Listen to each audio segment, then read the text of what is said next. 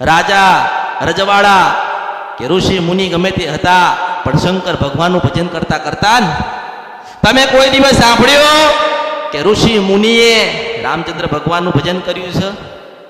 તમે સાંભળ્યું હનુમાનજીનું ભજન કર્યું છે?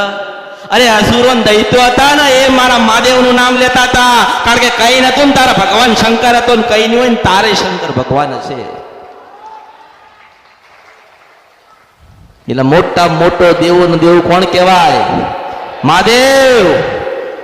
તમે કદાચ ઉદાસ હોય, રાત્રે કદાચ દુઃખ પડતું હોય અને સુઈ જાઓ ને સવારમાં ઉઠો ને ધરતી ઉપર પહેલો પગ મૂકો ને તમે પગ મૂકો ને એવું આંખ બંધ કરીને 11 વખત કોણ કે ઓમ નમઃ શિવાય, હર હર મહાદેવ તમે 11 વખત કોણ, તારે તમારા અંદર મનમાં આત્મામાં ચેતના જાગે. શું જાગે? ચેતના જાગે.